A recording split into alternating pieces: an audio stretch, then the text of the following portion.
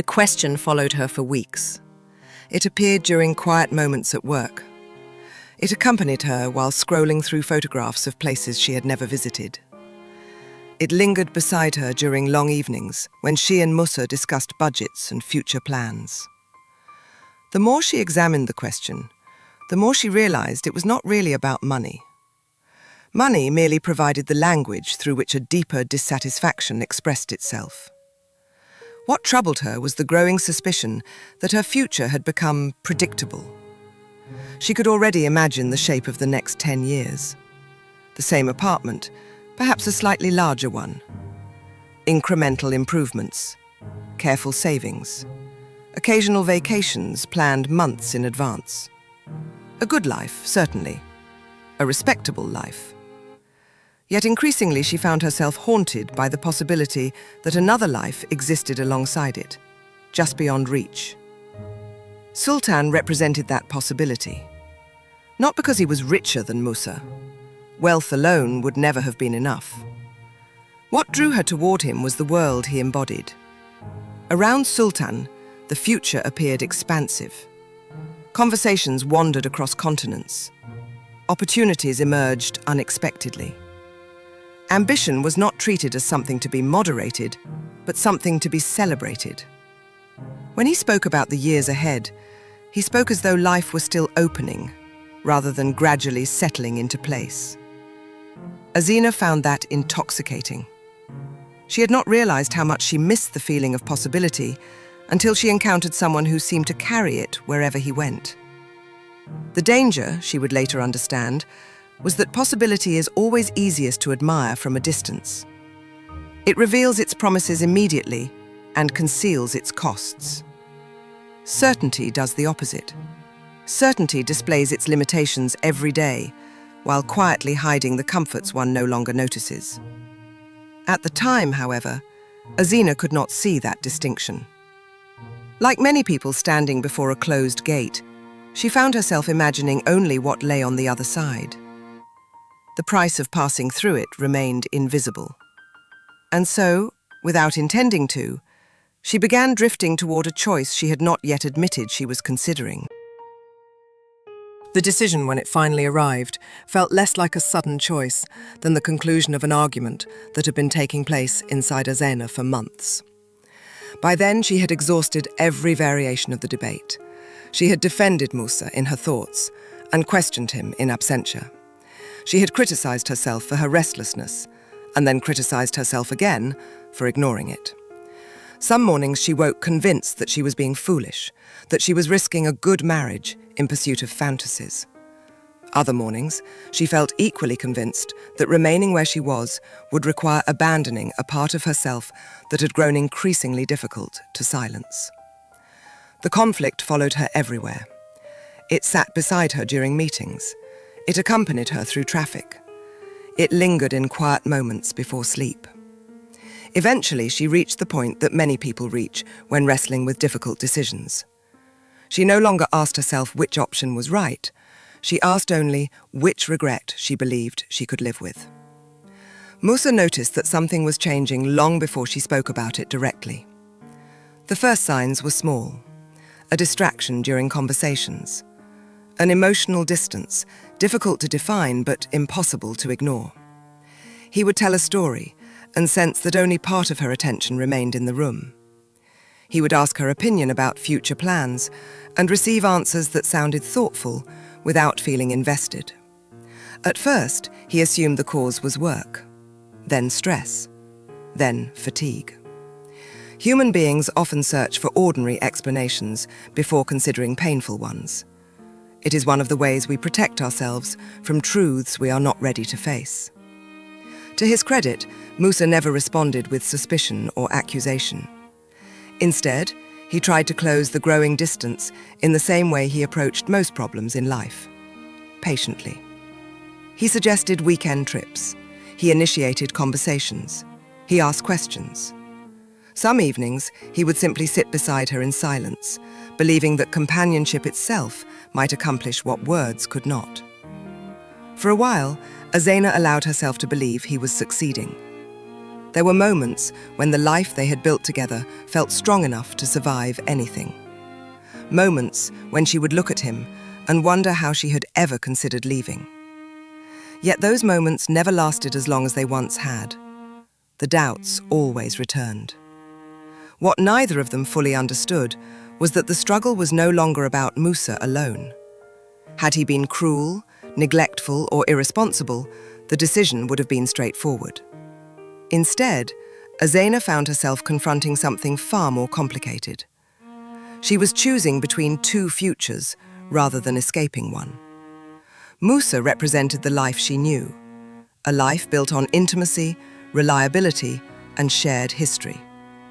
Sultan represented a future she could not entirely see, but could not stop imagining. The problem with imagined futures is that they are rarely burdened by details. Reality must account for inconveniences. Fantasy enjoys complete freedom. The conversation that ended their marriage occurred on an evening so ordinary that it seemed almost inappropriate for such a moment. There was no storm outside, no dramatic confrontation, no revelation waiting to explode. The city moved through its routines exactly as it had the day before. People returned home from work. Children played in the streets. Shopkeepers closed their businesses. Somewhere, no doubt, couples were beginning relationships while others were ending. Life remained indifferent to individual heartbreaks. Azena had spent the entire day rehearsing what she wanted to say. By the time Musa arrived home, however, every prepared sentence felt inadequate. The words sounded either too harsh or too dishonest, too blunt or too vague. How does one explain that the person being left has done nothing unforgivable? How does one justify walking away from kindness? There are betrayals that can be explained through anger, resentment, or injury. This was not one of them. When she finally spoke, the pain on Musa's face appeared almost immediately. Not because he was surprised. Deep down, he had known. The human heart often recognizes realities long before the mind accepts them. What hurt was hearing uncertainty become certainty, hearing fear become fact. He listened without interruption as she struggled to explain feelings she barely understood herself. When she finished, silence settled between them. Years later, Azena would remember that silence more clearly than any words spoken that night. Musa asked only a few questions. Was there someone else? She answered honestly, yes. Did she love him? That question took longer. Eventually, she admitted that she did not know. The answer hurt him more than if she had said yes. Because certainty, however painful, offers something to confront. Uncertainty leaves wounds without clear boundaries. In the weeks that followed, their marriage ended not with hostility, but with grief. Paperwork was completed, possessions were divided, friends and relatives chose sides despite being asked not to. Some blamed Azena, others blamed circumstance. A few attempted neutrality. Most simply watched from a distance, constructing narratives that made the situation easier to understand. When Azena moved out of the apartment she had shared with Musa, she paused for several moments before closing the door for the last time. The rooms were nearly empty. Without furniture and decorations, the space appeared smaller than she remembered. Yet as she stood there, memories seemed to occupy every corner. The balcony where they had shared countless evenings. The kitchen where ordinary conversations had become part of the architecture of her life. The couch where they had fallen asleep during movies neither of them finished. For a brief moment, she experienced the urge to reverse everything, to walk back inside, to apologize, to choose certainty over possibility. Then she remembered all the reasons she had left, and she closed the door. The first year of her marriage to Sultan unfolded almost exactly as promised. If there was disappointment, it did not arrive immediately. The house was magnificent, larger than any place Azena had ever imagined living.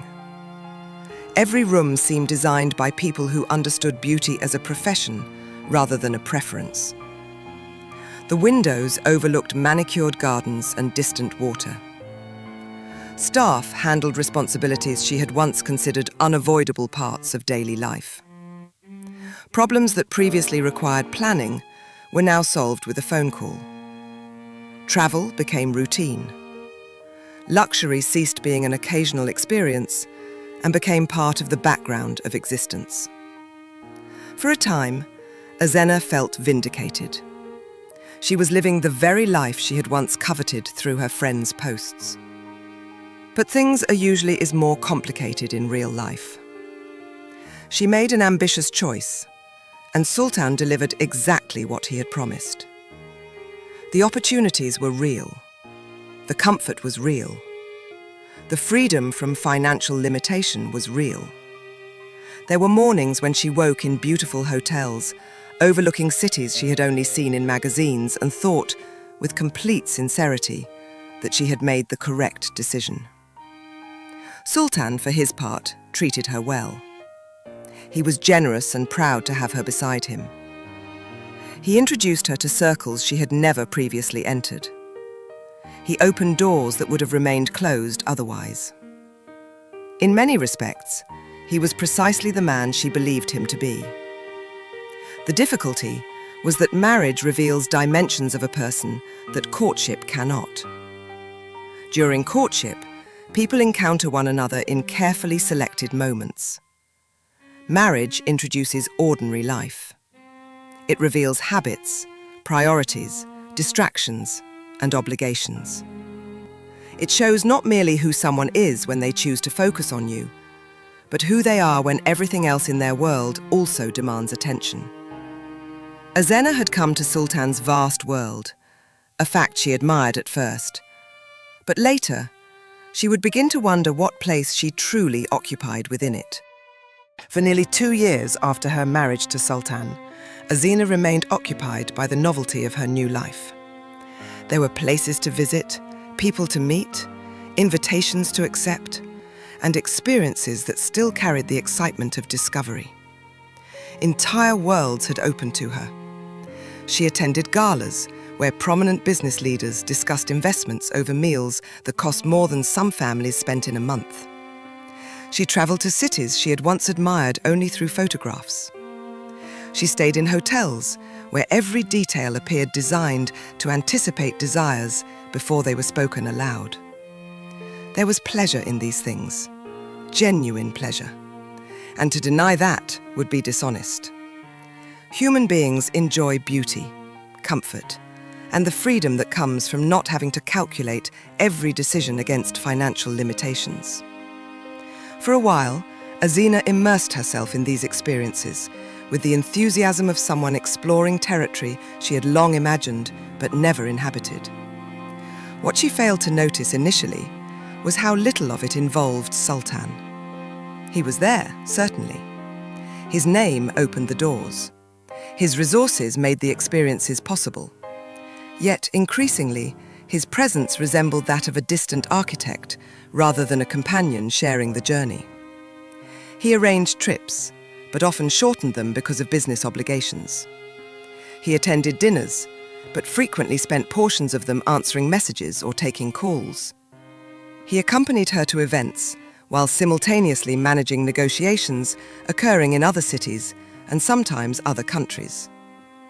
None of this struck Azena as unusual at first. After all, she had known who Sultan was before marrying him. Ambition was not a hidden characteristic.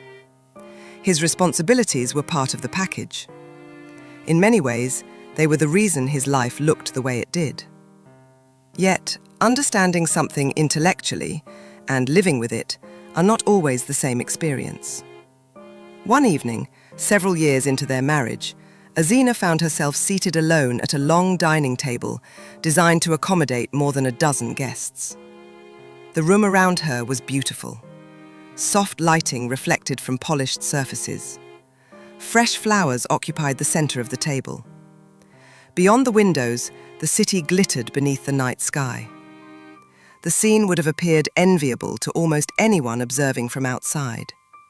Sultan had called less than an hour earlier to inform her that a meeting had run longer than expected and that he would be late, again. She stared at the empty chair opposite her and experienced a feeling she could not immediately identify. It was not anger, since Sultan's explanation was reasonable. The delay was unavoidable. Similar situations occurred in countless marriages. Yet, as she sat there, listening to the silence of the enormous house, she became aware of how frequently she found herself making allowances for his absence. The meal eventually grew cold before she ate it alone.